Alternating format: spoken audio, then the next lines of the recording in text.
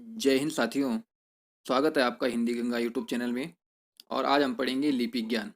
तो सबसे पहले चैनल को सब्सक्राइब जरूर करें। तो चलिए बढ़ते हैं आगे। लिपि ज्ञान। ध्वनियों के लिखित रूप को लिपि कहा जाता है। यानी जिन ध्वनियों को हम लिखते हैं उन्हीं लिखित रूपों को हम लिपि कहते हैं। लिपि विकास के मुख्य चरण इस प्रकार हैं। यानी लिपियों का विकास किस प्रकार से हुआ है।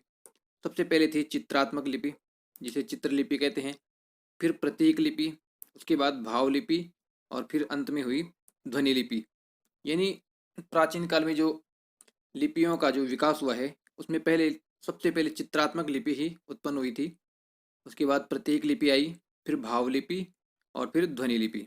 ध्वनि लिपि के दो भेद हुए, अक्षरात्मक और वर्णात्मक।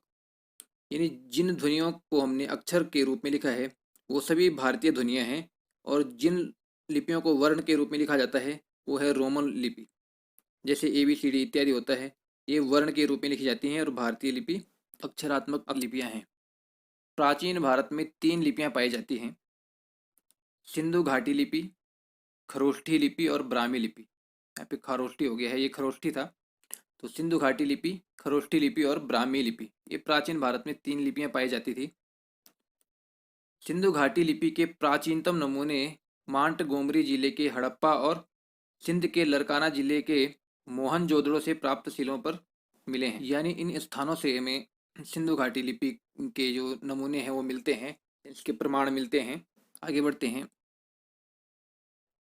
खरोष्ठी लिपि।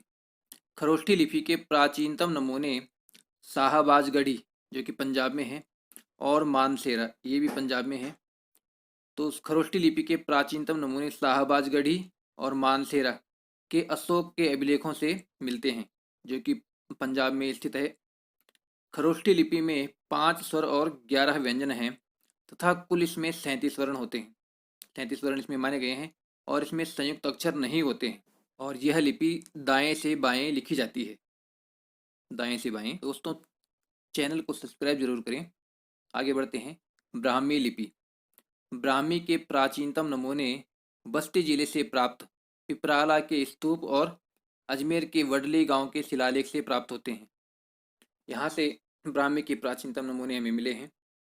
और वूलर के अनुसार ब्राह्मी लिपि में 9 स्वर तथा 32 व्यंजन हैं, और कुल मिलाकर के 41 वर्ण इसमें वूलर के अनुसार माने गए हैं। ब्राह्मी लिपि भारतीय है या विदेशी, इसमें विद्वानों में मतभेद रहा है। यानी ब्राह्मी लिपि भारत में जन्म इसका हुआ या फिर विदेश में हुआ, इसमें अभी मतभेद चल रहा है, इसका निर्णय नहीं लिया जा सका है अभी तक। ब्राह्मी लिपि से दक्षिणी शैली तथा उत्तरी शैली का विकास हुआ। ब्राह्मी जो लिपि है इससे दो शैलियों का विकास हुआ है। नंबर 1 दक्षिणी शैली और नंबर 2 उत्तरी शैली। तो दक्षिणी शैली में भी तमिल, तेलुगु, कन्नड़ लिपियों का विकास हुआ है। यानी जो दक्षिणी शैली थी उसने दक्षिण भारत की भाषाओं का विकास हुआ, और उत्तरी शैली से गुप्त लिपि का विकास हुआ। फिर गुप्त लिपि से सिद्ध मातृका लिपि का विकास हुआ, और सिद्ध मातृका का नाम ही आगे चलकर कुटिल लिपि हुआ। इसी कुटिल लिपि से देवनागरी और शारदा, इन दो लिपियों का विकास हुआ है। कुटिल लिपि से देवनागरी और शारदा लिपि का विकास हुआ है। ये बहुत महत्वपूर्ण प्रश्न है ये। देवनागरी लिपि। देवनागरी लिपि का प्रथम प्रयोग गुजरात के राजा जयभट्ट के शिलालेख में मिलता है। तो गुजरात के जो राजा हैं जयभट्ट, उनके शिलालेख में देवनागरी का सर्वप्रथम प्रयोग मिला है।